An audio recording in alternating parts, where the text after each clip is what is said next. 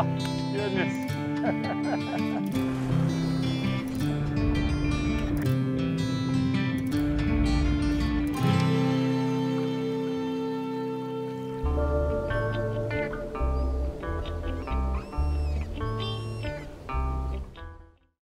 The Everglades has one of the best fisheries in Florida. It's located on the southern tip.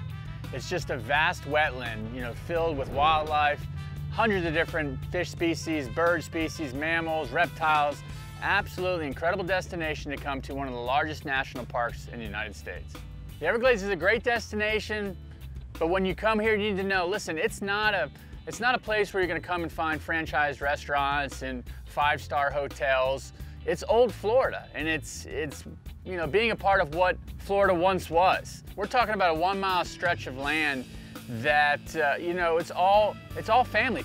Everybody here knows everybody. They're all family businesses. The restaurants are all family owned, and they've been in their families for generations and generations. It's the same thing with the businesses. They make a living off the land down here, and they're Gladesmen. So many of these people are generation after generation of families, and it's nice to see that they're able to recover from such devastation as Hurricane Irma, and that the guests are coming back and patronizing this awesome city. This week we're fishing with Austin Acosta, a young kid, a second-generation fisherman down here. His dad's a guide, and they actually own Everglades Bait and Tackle. So they have history here. The kid grew up on the water here. I'm excited to see the knowledge that he's learned growing up in this town, and he says he's on a great bite. We're coming right off a cold front, but you know what? Things are warming up, and hopefully the fish are chewing. All right, down here in Everglades City, part of the Everglades National Park, 10,000 Islands area, Austin Acosta kind of pretty much grew up down here doing this, huh? Yes, sir. Yep, I've been down here before I could walk. Been doing it, driving a boat since 14. So got my boater's license the day I turned 14 and got a boat about a week after. Parents are down here. You guys got a bait and tackle store. This is really a neat location, a neat destination. If you enjoy fishing, the outdoors, bird life, just if you really want to capture the essence of Florida, this is one of those places to come. Yes, it is. Yeah. It's like it's been for hundreds of years, unchanged out here. Once you get out on a boat or get away from the shoreline, this is what it looked like. It hasn't changed much. Vast. I mean, you have so much area. You cover, miles and miles and miles, and you might pass 1-2 boats. You barely see anybody, and they call it 10,000 Islands for a reason. This thing is just peppered with islands. What kind of fish and what are we hoping to catch? We're going to be targeting some speckled sea trout, some red drum, snook, black drum, sheep's head. We'll change it up, mix a little bit of everything in there. I'm excited to get out here and see what the day holds. Let's do it. Yep, let's do it. Leaving out of Everglades City, you immediately into mangrove-lined shorelines. They call it 10,000 Islands for a reason.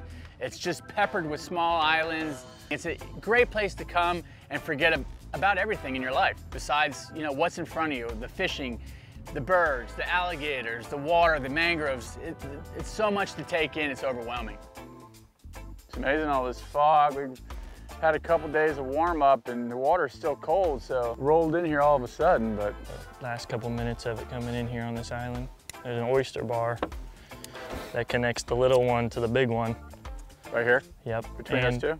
Between the two, and there's a little one that tails off the end right there. You're gonna try and want to hit both of them. So we just had the biggest cold front of the year, Austin. What's that gonna do to these fish in here? Yeah, that water temperature, I mean, we got it up in the high 50s right now, and it's hurting them a little bit. They're sitting in a little bit deeper water, looking for that warmer water, where it's not changing so much.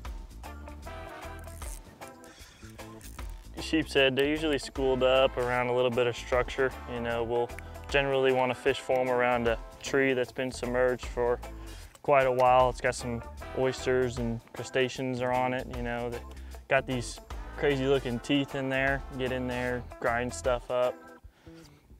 Pretty cool fish.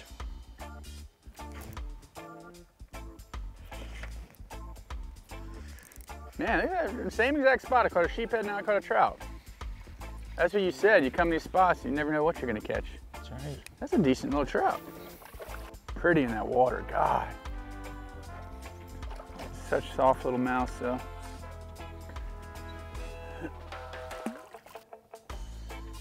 bouncing the bottom, right along that structure. The male, you can hear him grunting. The males will grunt.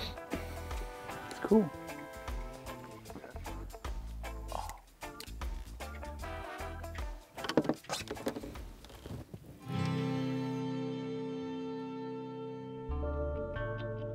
Real-Time Florida Sportsman is brought to you by Triton Boats. We take America fishing.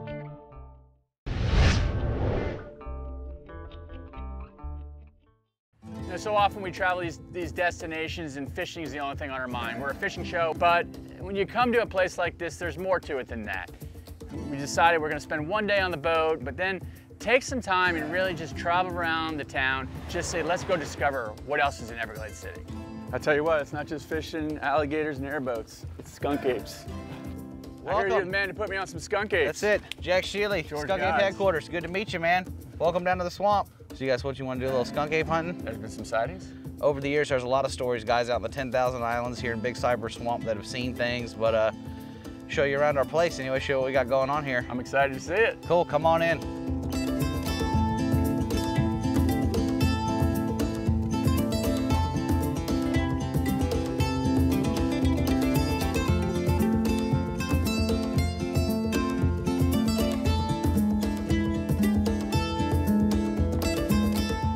They found some footprints over the years, but in 1997, it's kind of what Krista does, the Skunk Ape Headquarters. My dad got this picture, it's like the photo seen around the world.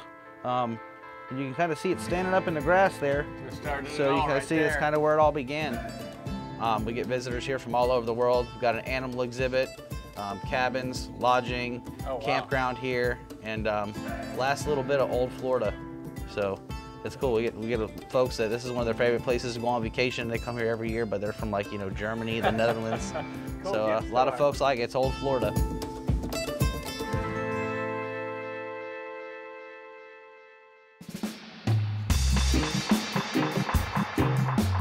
This is gorgeous through here. This is like what I think of when, you know, thinking of the Everglades and 10,000 islands, shorelines like this. This goes on forever, huh? Yeah, forever.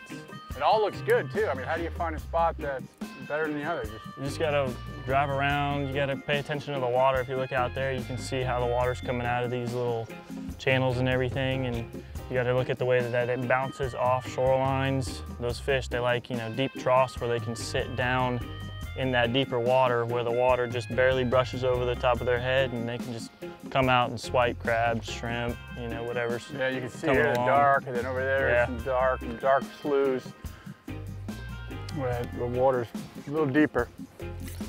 Got him. Got him? Yeah. Nice. God, loaded big trout everywhere.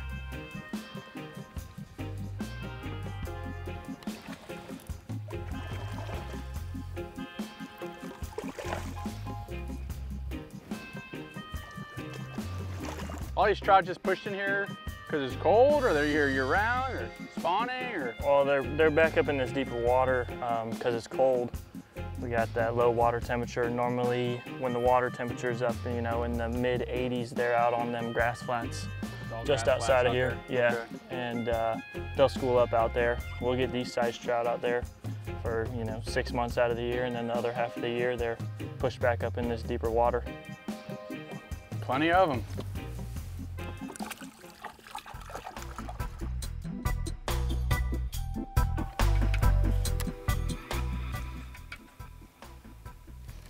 God, every cast. That's a little bit better one, huh? Yeah. Oh, yeah. Yeah, that's a good one. You saw that deep hole sitting there, and man, they're stacked in there. Full 2,000 size. Pen is perfect for this. 10 pounds spider wire, ultra cast and Visibraid, and it's just a perfect setup. Red. Nice redfish. Nice red. Yeah. I'll land him for you. God. Nice red too. Yeah, he felt good.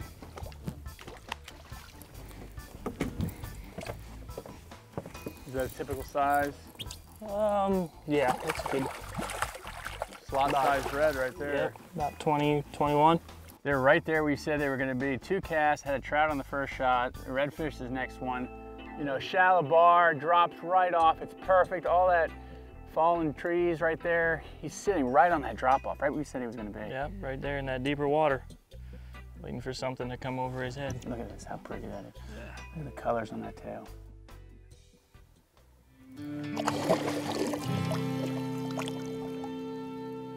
Real-Time Florida Sportsman is brought to you by Maui Gym. Seeing is believing.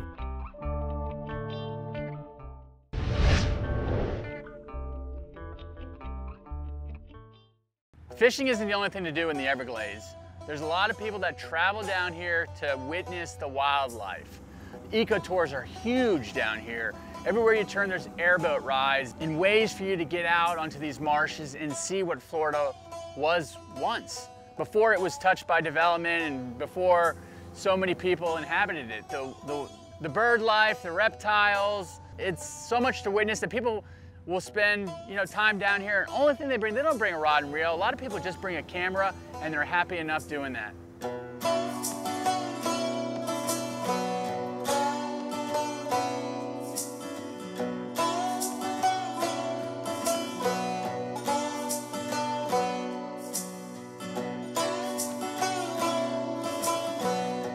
Now these guys, they'll go through about 2,000 teeth in a lifetime. If they chip one or crack that tooth, they will shed it, and one's right in this place behind it. 2 sticking out of the side of that one's mouth right there. That's crazy. That one there's a male. This back one here is most likely a female. So what if you get a ton of rain though? The salinity drops, or does it get enough flow in and out to kind of regulate that? The salinity will drop, and you'll get most of your freshwater fish will come back in here, like your bass, you got your Oscar, alligator gar, tilapia, a few of them, you know. But most of the year, you'll find your snook, tarpon, redfish. They all come in here, they spawn out in these back little bays. Oh, really? And they travel back to the Gulf. Yes, sir. You got a lot of history down here, right? Oh, yeah. I'm 7th generation from my family who live here in Everglades City. My family's been here since the late 1700s. They settled on an island just on the edge of the Gulf, Fakahatchee Island. Not real big, just a few other families besides our own. And they lived up there all the way up until the early 1900s. Traditional Gladesman. Yes, sir. That's just... Born and raised and wouldn't trade it for nothing. And, you know, fished all my life and took this job up. I love it. Come out here, enjoy the beautiful Everglades. You never know what you're going to see, and just love it out here, you know. It's freedom.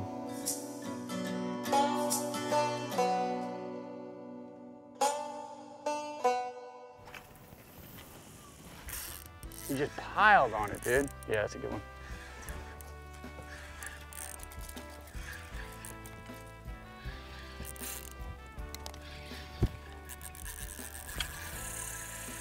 Nice!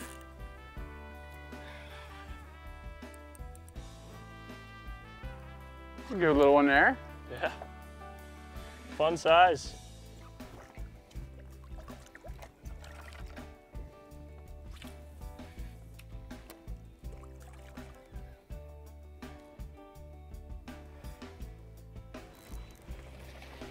That's another good size one.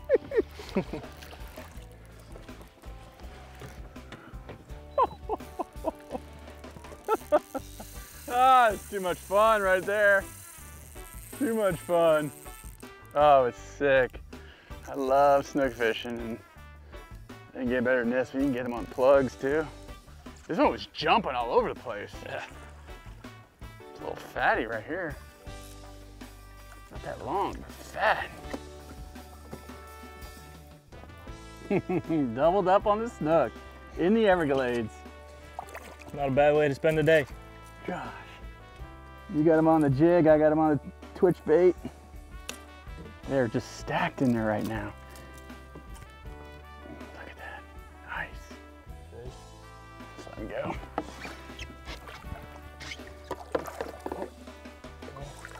There they go.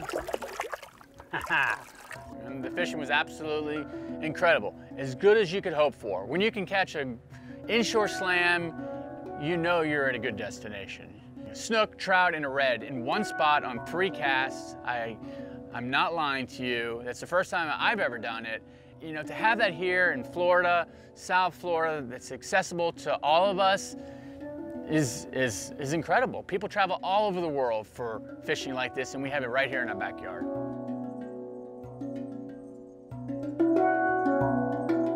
What do you like most about being down here in the Everglades?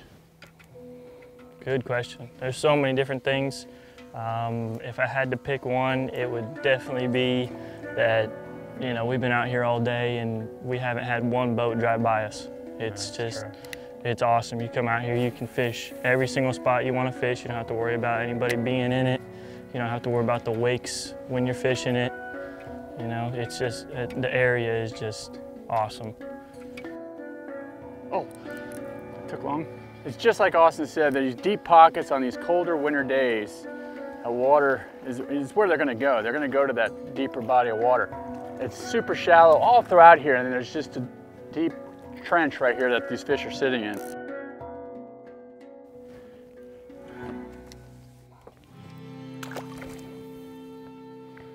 Real-Time Florida Sportsman is brought to you by Ray Marine. Don't just go fishing, go hunting underwater.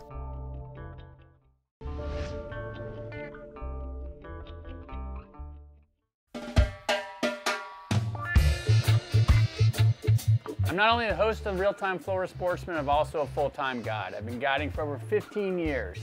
And fishing rods and reels are the equipment that I make my living with, and they're the most important tool that I put in clients' hands. Penn rods are built to last. It's important that I'm using the most reliable and durable products that are on the market today. Penn has a rod for every type of application, whether you're freshwater fishing, light tackle inshore, offshore, bottom fishing, trolling. It doesn't matter, they cover everything. The Penn Battalion rod is the perfect rod for inshore light tackle fishing. I use this rod from anything from trout fishing, red fishing, snook fishing. You can even use it in freshwater applications targeting bass. For heavy inshore and offshore fishing, I choose the Carnage 2.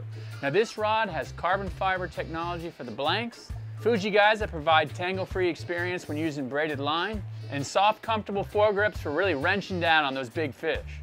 I use these rods for tarpon fishing, cobia fishing, dolphin, sailfish. It's a perfect match to something around the size of 55, 65, all the way up to 10,500 size reels. And at the top, you have the international rods. Now these things are workhorses. These things were designed to catch the biggest fish in the ocean, whether it's tuna or billfish, high-speed trolling for wahoo, it doesn't matter. These rods were built to do it. They come in bent butt, standard butt, stand-up, roller guides, traditional guides, pretty much any kind of application for your heavy offshore tackle needs. So whatever your fishing rod needs are, take a look at your local Penn dealer and I'm sure they'll have the right fit for you. Got him. Nice job. Good hook set. God, you see him there? I don't see him. Oh yeah, I see him. I see him. Oh my goodness. Oh yeah. Oh, nice snook. Good fish. Oh my God. Look at that. There's that Yozuri twitch bait right there on the surface. Got a monster on there. Whew. Nice fish. They're laid up. I threw that twitch bait. He inhaled it. You know, you guys saw those bigger ones, and I thought I might put a little bigger bait on, a bigger profile. Yep, he's done. Sitting up top, the water's warming, and they're just nosed into the current here. Threw that twitch bait in there, popped it once, and they were all over it. This big one rose up and ate it. How perfect is this on this light tackle? A little 2000. It's a nice fish. It is on this light tackle too. You know, it's all you need. It's all you could ask for too.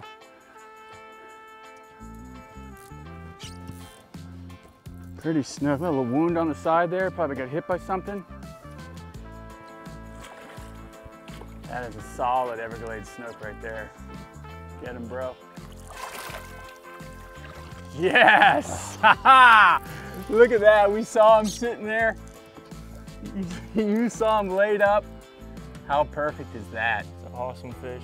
We're throwing those jigs with the shrimp and we're bouncing the bottom, catching smaller fish. We saw him up on top, threw that Yozuri twitch bait, and he inhaled it right away. He hit it hard, yeah. This is exactly why you come down here, for a fish like this, on tackle like this, and in a background like this. You couldn't ask for anything more. This is the perfect day, perfect fish, perfect company. This is Doesn't get any better than this. No, it doesn't. This is the Everglades, this is why you come.